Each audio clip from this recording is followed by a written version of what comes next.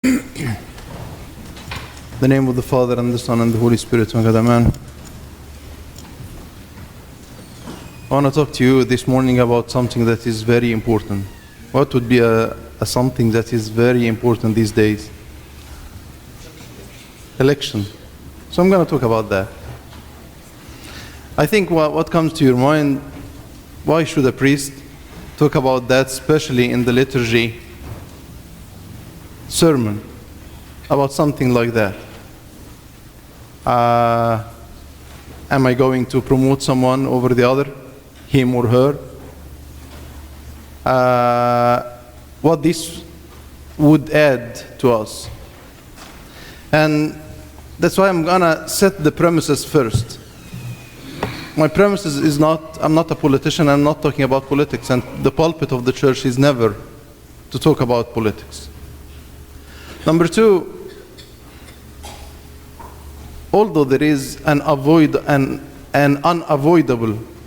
personal factor on what I'm going to say, but I'll try to think from the church perspective. How can we think of such an issue, which we are talking about, I think, every day?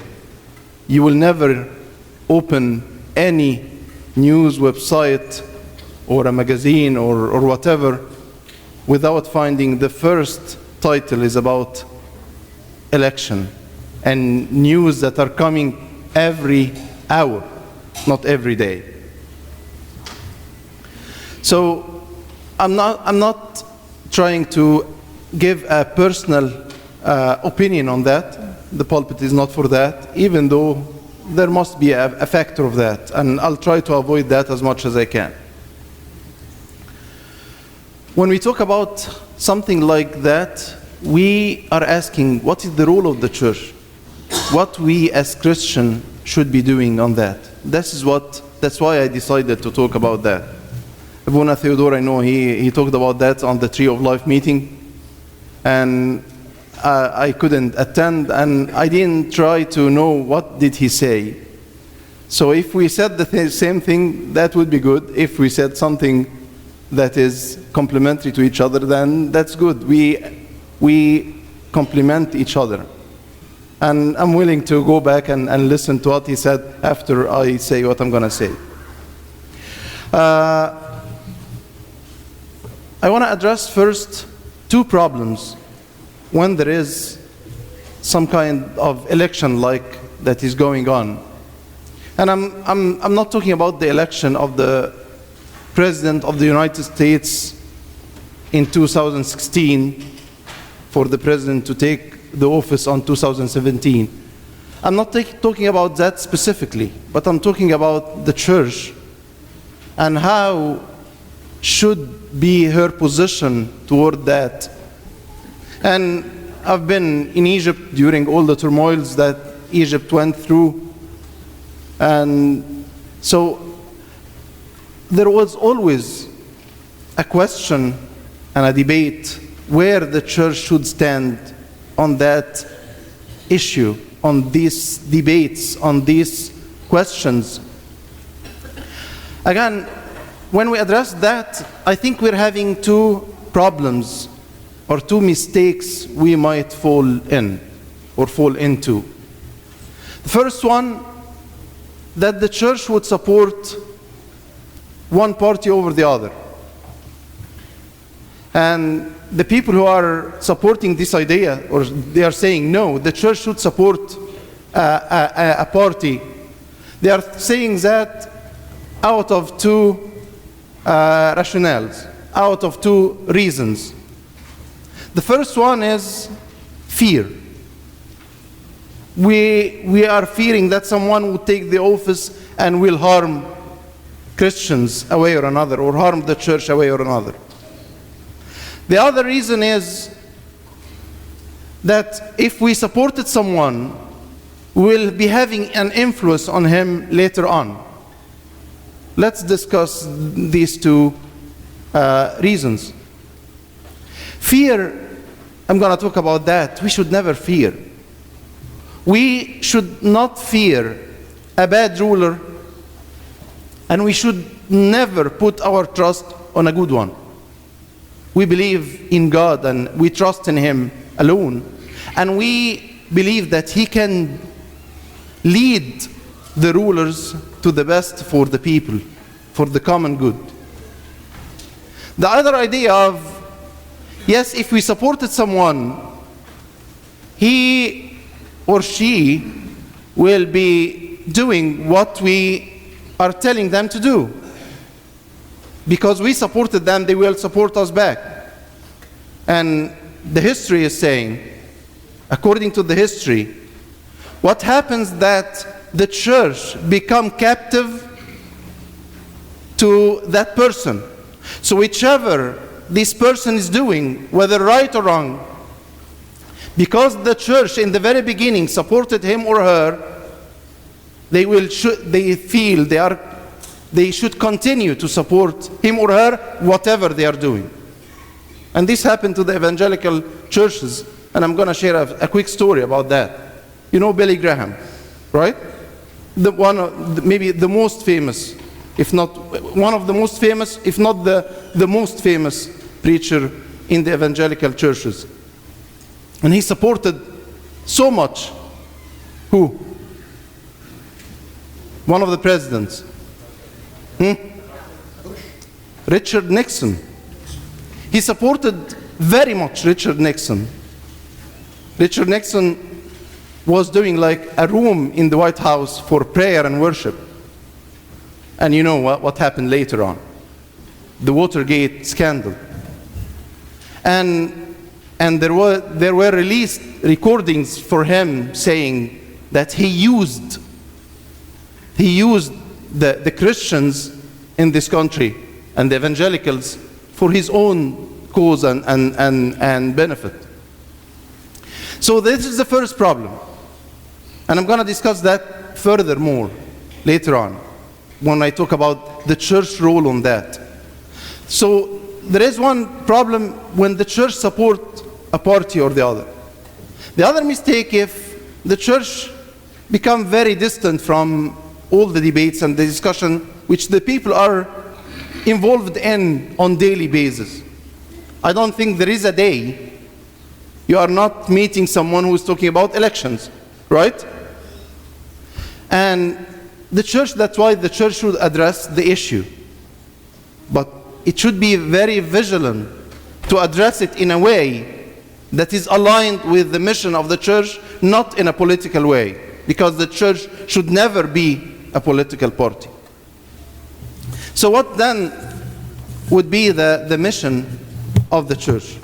Number one, I know this will seem like a Sunday school answer, but the church, the first and the main role of the church is prayers. We believe that Christians and their prayers should be very effective.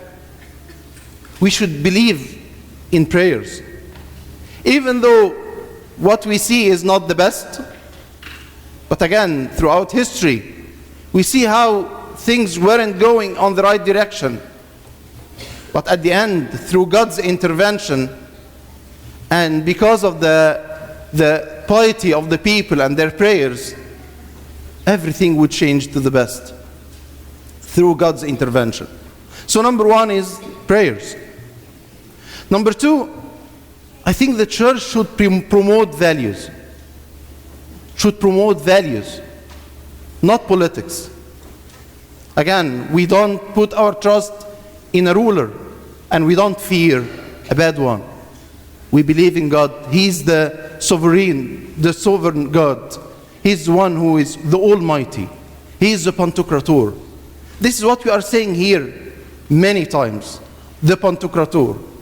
And if we believe in the Pantocrator, through our prayers, we believe that He's going to do the best for His people. So the second point, the church should promote values. And here I'm going to bring up a few stories from the life of one of the great saints of the church and the fathers of the church, St. John Chrysostom. St. John Chrysostom was a priest in Antioch first. And then when the patriarch of Constantinople, and Constantinople was the capital of the Eastern Roman Empire. Rome in the west, at Constantinople in the east. So there was a slave. His name was Eutropius.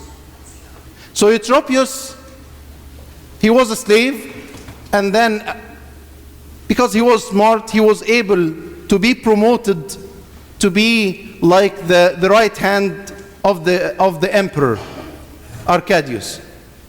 And he was actually the real power and the real driver of the whole empire, because the emperor was weak. So when the patriarch of Constantinople died, this Eutropius thought that he wanted to bring someone so he can have power on the church. And he found the best on St. John Chrysostom. So he brought him from Antioch and put him as a patriarch at Constantinople. And he thought that way he's going to be managing the church, controlling the church through St. John Chrysostom, because he's the one who brought him to be the patriarch. But St. John Chrysostom wasn't that kind of person. What did he do? The first thing he did, there was a lot of mingling in the relationship between the church and the empire, the church and the state, between the church and the royal palace. There was meetings and gatherings and meals offered to the elite people of the empire. The first thing he did, he sold all the silverware, the golden silverware of the patriarchate. He sold everything and gave it to the poor. He started to be opposed to all that kind of relationships. He supported the poor. He was a man of values. And even he stood against the wife of the emperor. He was against it to the point that he said, he made an analogy with her to Herodias. And he said, Herodias is coming again, is rising again to ask for the head of John. His name was John Chrysostom, and he was talking about John the Baptist. So he said, Herodias is rising again to ask for the head of John. He is talking about himself, and he is recalling the story of St. John the Baptist. And there was a woman who was a widow, and one of the governors took her money. And she tried by so many ways to get her money back from that governor. And no one supported her case. So she went to St. John Chrysostom, and he stood against that governor. I mean, when I think of that story, it's a very powerful life. And by the way, he stayed as a patriarch of Constantinople for about 10 years. 5 of them was on his see, and 5 of them he was exiled out of his see. But he did that for the values. Some people sometimes saying he was a little bit tougher than he should be, and we are not denying that. But the good thing about him, he was a man of values. And I think this is the church, how the church, when it thinks of something like elections, which one the people should choose. Definitely, number one, it's up to them. But it should be based on Christian values, and genuine Christian values, with integrity, with consistency. Not someone claiming that he is Christian and his life is totally different. Again, Richard Nixon was very much supported by the church. More surprisingly, the church, the Dutch church in Germany, supported whom? Hitler. Supported Hitler. And there were few who stood against that and said, this cannot be the stance or the position of the church. One of them, a famous theologian of the evangelical churches, his name was Dietrich Bonhoeffer, and he was dead in the concentration camps 3 weeks before the end of the World War II. What I'm trying to say, the church is promoting values, but don't push anyone to do anything. I remember in Egypt when some people mistakenly thought that the church is supporting some parties. The youth, the Coptic youth, they voted for whomever against the church is supporting because they didn't like that the church would support someone. I mean, that's the kind of thing that might happen. That's why if the church supported someone, the church is open for everybody. You can have different opinions about this election or the coming one, about political positions, but the church loves everyone. The church is open for everyone. The church is not a political party. The church is promoting Christian values. That's it. And that's how we learn how to be discerning, to make our own choices, to make our own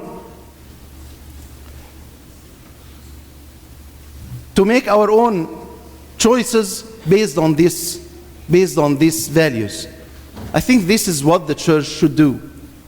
The Bible is saying that we submit to the rulers. Why? In Romans 13, let every soul be subject to the governing authorities, for there is no authority except from God. So we are not against the idea of authority. The authority from God, and the authorities that exist are appointed by God. Therefore, whoever resists the authority resists the ordinance of God, and those who resist will bring judgment on themselves. For rulers, and this is the very important point, for rulers are not a terror to good works, but to evil. Do you want to be unafraid of the authority? Do what is good. Politics should be for the common good of the people. Supposedly, it ended up to be, many people are saying it's a dirty game. Unfortunately, sorry to say that, but that's how the people are saying about politics. And that's how it seems to be now, even though it should be for the common good. It should be for the common good. And I think the role of the people is to say, we are supporting values. There should be a way, even though we have different levels of influence on our circles, but we should always sound our opinions saying, we need something good and valuable, based on values, not based on people are trying to manipulate and have voters to follow them because they promised things for certain groups, women or whomever, trying to say we are the one who will help you. So the church is always looking for the common good of the society. The church should be the lighthouse, should be the light of the world. That's how the church should be, not by supporting a party over the other. So I don't know if you can get anything out of that, how this might help a situation that I think most of the people are not happy with. I don't know. But I know that it's good that we are having value and we are having clear vision of how are we supporting values, and we are discerning based on values. True, genuine, and consistent values with integrity. With integrity. I think this is the role of the church. I want to conclude with one incident from the Old Testament. The people in the Old Testament, after the Judges period, they asked for a king.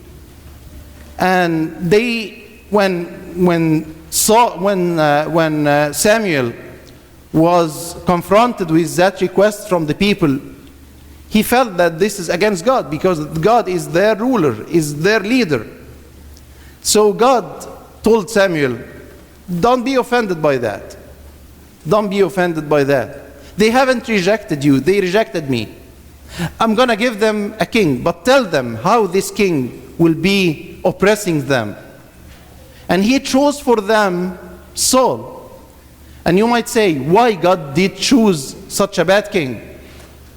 Because that's the will of the people.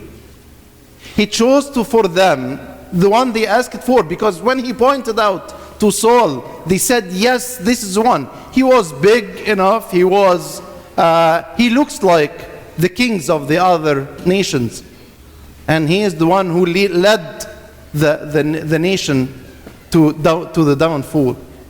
And then God chose for them the king who was according to his heart, who was David. And things have changed. So what I'm trying to say, our prayers, our purity of heart, our values are the ones based on which we believe that God intervenes. I think this is the role of the church. I hope I haven't spoken any politics, and if you got any of that from what I said, I apologize. But I never meant to talk about politics. The church is not for politics, but for Christian values, for prayer, for asking the best for the people, to be the light of the world and the salt of the earth, and glory be to God forever.